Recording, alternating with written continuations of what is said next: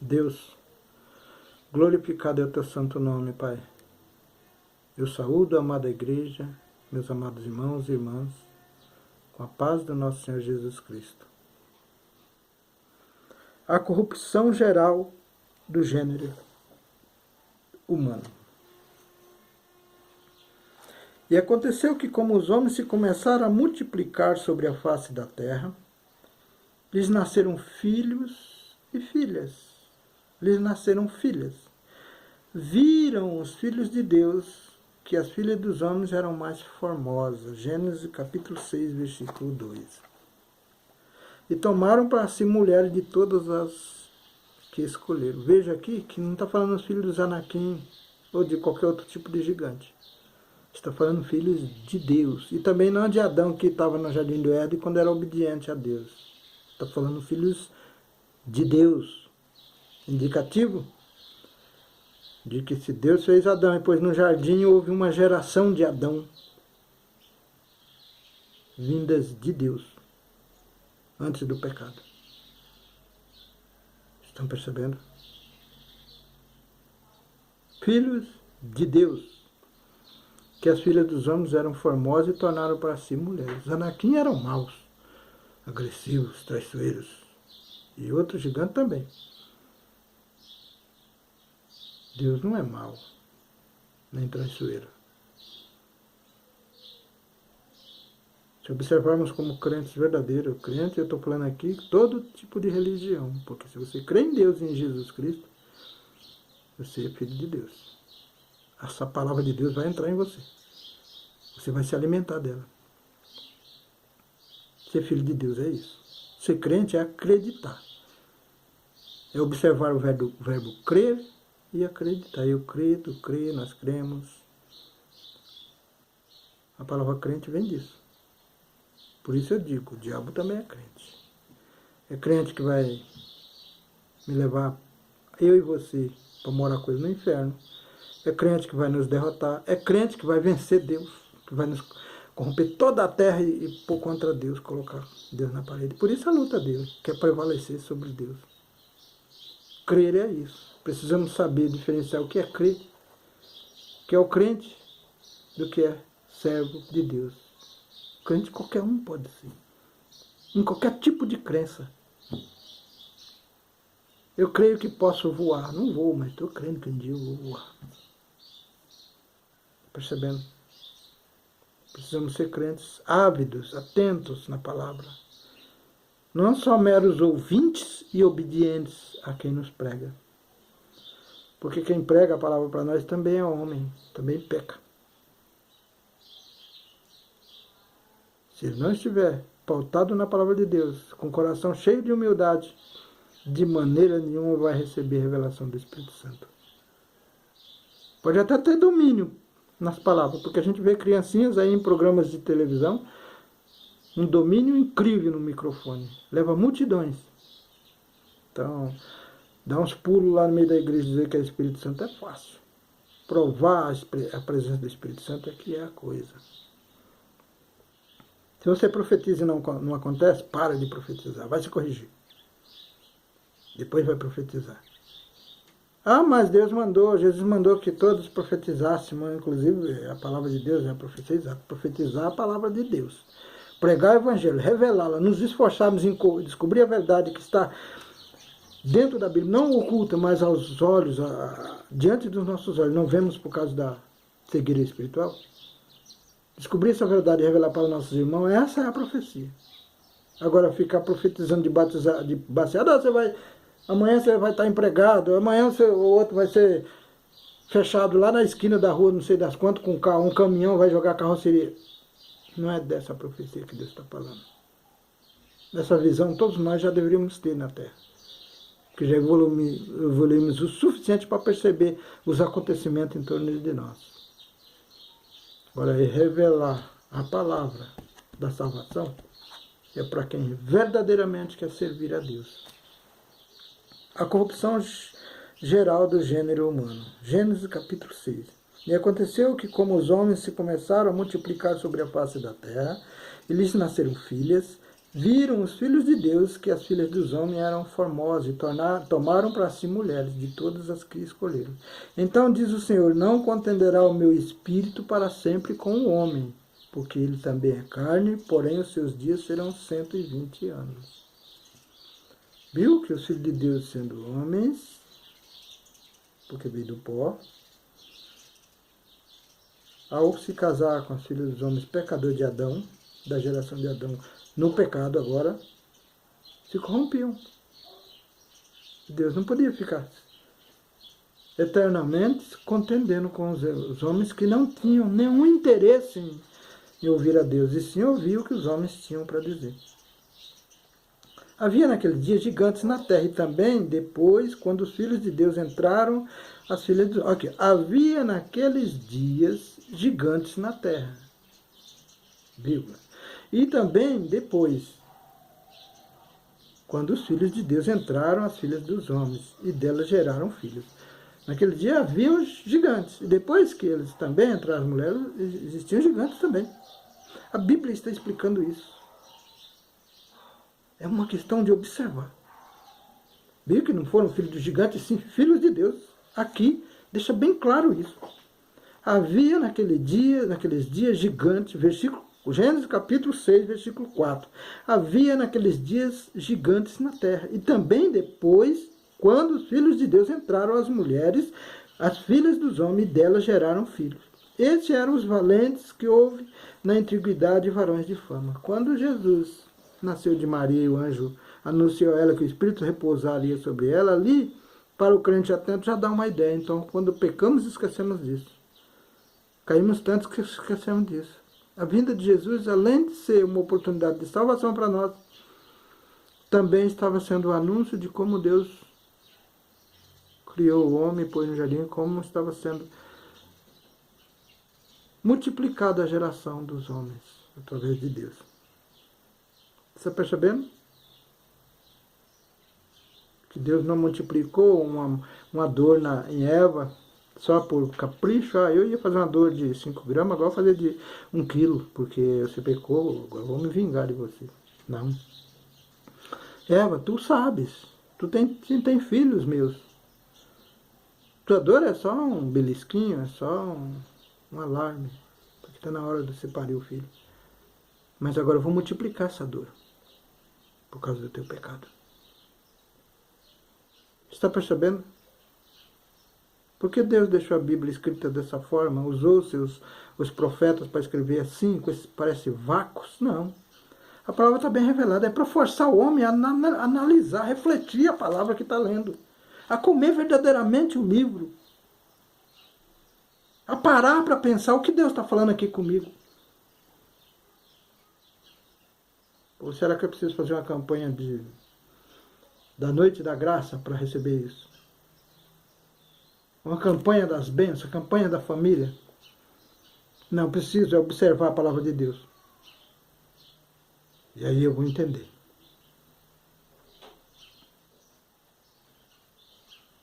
Esses eram valentes. Versículo 4. Havia naqueles dias gigantes na terra, e também depois, quando os filhos de Deus entraram as mulheres dos homens, e delas geraram filhos. Esses eram os valentes que houve na antiguidade, os varões de fama, ou seja, varões de guerra, que dificilmente eram vencidos em guerra, porque vinham de Deus. Era da geração que tinha sido nascido de Deus. Por isso eram valentes de guerra. Herdou do Pai as habilidades da santidade. E disse o Senhor, destruirei de sobre a face da terra o homem que criei, desde o homem até o animal, até o réptil, até a ave dos céus, porque me arrependo de os haver feito. Noé, porém, achou graça aos olhos do Senhor. Quando Deus se arrependeu, fez, cumpriu. Ah, mas Noé não era homem? Você acha que na hora que ele falou isso, aqui ele foi observar? Vou ver se tem um... Ele conhecia Noé desde o nascimento de Noé. Sabedor que Noé sempre o obedeceu, foi fiel com ele. Quando ele anunciou essas palavras que destruiriam o homem, no coração dele, Noé já estava escolhido. Aqui ele usa termos para que os homens na ignorância consigam compreender. Aqueles homens que Deus permitiu que nascessem sobre a terra, desses ele se arrependeu de ter feito e os destruiu. Mas aquele que ele permitiu e nasceu e obedeceu à vontade dele, mesmo em pecados, porque Noé não era santo 100%. Tanto é que andou nu um dia, né? Mas nasceu nu, não seria nenhum pecado. Está percebendo? Pecado para nós, como a Bíblia diz. Tudo é pecado para aquele que o tem por pecado, e tudo é santo para aquele que os tem por santo. Então, quando Deus intentou destruir a terra, Noé já estava separado do seu coração. Noé, porém, achou graça aos olhos do Senhor. Essas são as gerações de Noé. Era varão justo e reto em suas gerações. Vejam que desde o princípio até o fim da sua vida, Noé andava com Deus. E gerou Noé 3 filhos, Sem, Cã e Jafé. E a terra, porém, estava corrompida diante da face de Deus, e encheu-se a terra de violência. Como está acontecendo hoje. Deus fala no Apocalipse que o diabo destruiria, se possível, os crentes e santos. Por isso Deus abreviou aqueles dias, porque se não abreviasse, nenhuma carne seria salva. Eu te digo que alguns santos estão sendo possível corromper. Quando Deus diz se possível, é porque alguns estão ricocheteando, metade na santidade, metade na corrupção. E esses estão sendo convidados a tomar uma posição, a decidir de que lado vai ficar do muro. A derrota dos santos não é uma vingança de Deus, nem um castigo. Somos nós, os santos, que estamos criando ela. Você quer ver? Quando todos sabem que esse vírus do HIV também, e do Covid, assola o mundo e nós não nos importamos, nos lançamos, e tem gente do HIV também que pega o vírus, mas não fica, não desenvolve a doença. E se lança na prostituição. Contamina quanta gente pode.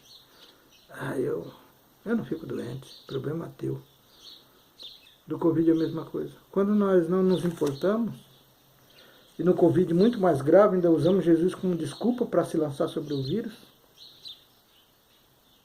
é porque estamos nos construindo a cama que vamos deitar. Estamos dando passos largos em direção da derrota dos crentes. Somos nós que estamos escolhendo os crentes que vão ser derrotados na derrota dos santos. Porque esse vírus está sendo uma prova para os crentes, os verdadeiros, os que se preocupam com a vida, os que amam a vida. Porque se minha vida está protegida por Jesus, mas a outra deveria estar, mas foge da presença de Deus, prefere não estar, rejeitar a proteção, eu, como homem, ser humano, habitante na terra, testemunha de Jesus, devo protegê-lo. Não é correndo atrás dele, enfiar debaixo de uma asa e ficar segurando ele lá trancado dia e noite, não. É evitando que o vírus faça de mim uma ponte para chegar até o tolo. E quando nós achamos que por estar salvo, agora o outro deve merecer receber o seu julgamento, é nós que estamos julgando. Você vai morrer. Aquele lá é diabetes, deixa ele pegar porque ele vai morrer. Aquele lá, ele tem pressão alta, ele é obeso, é facinho de morrer. Vamos permitir que ele pegue rapidinho, porque assim é um a menos, né? A casa dele fica mais barata, a gente compra mais barato. O outro, eu devo por ele, não vou precisar pagar. Mas não foi eu, foi a natureza, foi um vírus. Irmão, se você pensar isso, e você ainda for crente, você está construindo a sua derrota. Você está percebendo? A prova desse vírus é aquele que se preocupa com os outros. Esse vírus, quando você põe uma máscara, você não se preocupa com você. Porque o outro pode tossir, entrar através dos seus olhos, das suas secreções, os vírus suficientes para contaminar o teu corpo e desenvolvendo ele. Mas quando você põe a máscara, você protege o outro com quem você vai falar. Provando que você precisa se preocupar com o seu próximo, não com você. Com você se preocupa Jesus. Claro que você não vai se lançar no vírus, não vai nas festas, não vai nas aglomerações, chega lá de qualquer jeito e cheio de vírus, porque Jesus se preocupa não. É exatamente não se contaminando, não dando oportunidade de o vírus crescer e continuar no seio da humanidade contaminando outras pessoas. É exatamente fazendo isso que você protege o seu irmão. É exatamente se protegendo para não pegar que você não transmite para outro. E assim você dá prova para o mundo, para os homens, para Satanás, para Deus você não precisa, mas confirma para Deus que você se preocupa com a vida, que você ama a vida. Mesmo que às vezes ela é dissoluta, ela não se valoriza, mesmo que às vezes ela está sendo usada para o mal, pessoas usando a vida para matar, roubar, enganar, mentir, prostituir, violar direitos, enganar o inocente. Inocentes são as crianças, os jovens que ainda não têm entendimento e pensam ter. E nós, os adultos, em vez de guiá-los, nós orientamos para o mal. Eu estou vendo crente dizer assim, mas o fulano, o presidente, roubava, todo mundo rouba. A Bíblia não disse, não julguei para não ser julgado? Se alguém te ensinou, os meios de comunicação, a mídia famosa, a mídia corporativa te ensinou que todos roubam, por que interesse ela tem nisso? Um homem não é ladrão até que se prove o contrário, até que a justiça prove. E se a justiça o inocenta, precisamos aceitar, mesmo que temos prova que ele não é inocente. Muito menos aquele que provou de todas as formas que é inocente. Aí vem uma meia dúzia de formadores de opiniões, entre aspas, né? Entre aspas. E inventam uma fake news e todo mundo abraça. Hoje as crianças falam, vou votar no tal fulano de tal porque ele rouba, mas fez. A criança nem sabe o porquê está vivendo. Mas já foi ensinada a acusar alguém de ladrão. E você, quando crente, que conhece a palavra de Deus, que sabe que precisa perdoar, precisa amar, faz isso, você está caminhando para a derrota dos crentes. Você está caminhando nas estradas da corrupção. Você está caminhando nas estradas daquele que aceita a peita para condenar o inocente. Viu que o papel de crente não é só orar, orar, vigiar, orar e cear e ficar na igreja de dia e noite? É também se preocupar até com os maus, principalmente com os maus.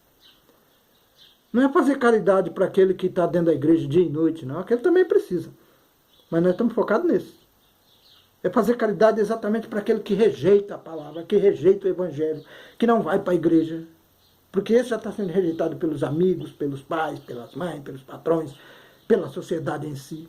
Esses precisam de um mínimo de caridade para poder colocar na balança da reflexão e ver de que lado ele deve ficar até o dia do fim da vida dele nessa terra. E nós, os crentes, deveríamos estar fazendo isso? Não estamos. Nos separamos. Aí tem aquela palavra que diz, o que adianta granjear o mundo, conquistar o mundo e perder sua alma? Aí o crente, opa, eu não posso andar com fulano e tal porque joga bola, o outro porque vai para as festas, o católico porque adora as imagens. Deus não está mandando você se separar de ninguém. Deus não andava entre os santos, não andava com Caifás, com Potifas, com Pilatos, com César, não, com as autoridades do tempo, não. Ele andava com as prostitutas,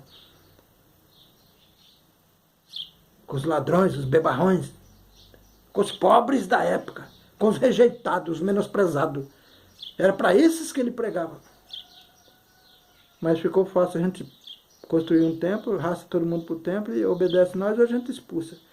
Mas nós mesmo não temos coragem de tirar a nossa traseira de cima da cadeira aconchegante, que está na igreja, para ir lá fazer o sacrifício na casa do pequenino. Ficou fácil, né? Saibam que esses, Deus tem um olhar especial para eles. E não passarão. E suas lágrimas não serão ouvidas nem vistas por Deus. Porque Deus não se internece com lágrimas falsas. O tempo de chorar está acabando. Você, crente, em vez de chorar pelo seu irmão que morreu, pela família que ficou, pelas crianças que ficou sem pai, você está se inflamando. Eu congrego em igreja que eu ia lá, tinha 2, 3, 4, aqueles que conversou comigo lá no início, usando máscara. Hoje eu vou lá, nenhum mais. E eu sei que são pregações voltadas para tirar a máscara deles. Você vai ser culpado. No dia da derrota do crente, além de você estar sendo derrotado, você vai ter que chorar por aquele que também vai ser derrotado junto com você, que você vai ser culpado. Porque ao invés de você ensinar a igreja a se preocupar com os tolos, com os loucos, com os incrédulos, você está ensinando eles a julgar. Nós somos o povo santo, estamos aqui tudo fechadinho, dando glórias e aleluia para Deus. Não podemos nos misturar. Aquele que perder sua vida em prol do Evangelho a encontrará de volta. Pense nisso. Que a paz do nosso Senhor Jesus Cristo fique com cada um de vocês. E aquele que considerar esse vídeo relevante, se inscreva e clique no sininho das notificações, porque o algoritmo do YouTube é programado para levar esses vídeos a pessoas que ainda não acessaram o canal quando nós nos inscrevemos. E também, às vezes, fazemos comentários, porque os comentários também são importantes. Principalmente para mim, que publico o vídeo, porque eu tenho certeza que das pessoas que me assistem e me ouvem, tem pessoas sábias, pessoas que conhecem mais do que eu, inclusive, podem me orientar quando eu falar sobre a Bíblia algo que não é correto. Porque sou pecador e reconheço que posso errar. Estou aqui na ansiedade de mostrar aquilo que eu aprendi e que me faz falta. Mas isso não me dá o direito de achar que sou absolutista. O mundo diz, você não é dono da verdade. E eu digo, você tem razão. Eu não sou dono da verdade. Eu sou filho da verdade. Por isso, preciso dar testemunho da verdade. E você que ouviu a palavra escrita, a palavra de Deus, seja pela minha boca ou de qualquer um que já te pregou na tua vida, você também é filho da verdade. Porque os sumos sacerdotes diziam, blasfêmia, se chama filho de Deus, como Jesus, porque ele disse que era filho de Deus. Os escribas e fariseus. Deus diz, vós sois Deus, aquele a quem a palavra é pregada não pode ser anulada. É chamado de filhos de Deus, de deuses, e a palavra não pode ser anulada. Então você pode ser um Deus das trevas, como é Satanás, ou da luz, como Jesus. Pensa nisso. É para isso que Deus te chama para a Bíblia. Não é para ficar sofrendo para depois se salvar, não. Fazendo bem ou mal, você vai sofrer de qualquer jeito. A diferença é que fazendo mal, você está se vingando. Está trazendo a justiça para as tuas mãos. E assim você vai ficar nas trevas a vida inteira. Julgando e sendo julgado. Julgando e sendo julgado. Depois, pós-vida, a mesma coisa. Nasce para a morte eterna. Para a vergonha eterna. Até os pássaros, até os insetos voam. Não precisa de uma máquina nas costas, nós precisamos. Não é uma vergonha eterna? Se não tomarmos banho todo dia, fedemos. Se nos escovarmos o dente, passar fio dental todos os dias, o hálito que sai da nossa boca é terrível. Somos podres. Pense nisso. E fique na graça do nosso Senhor Jesus Cristo.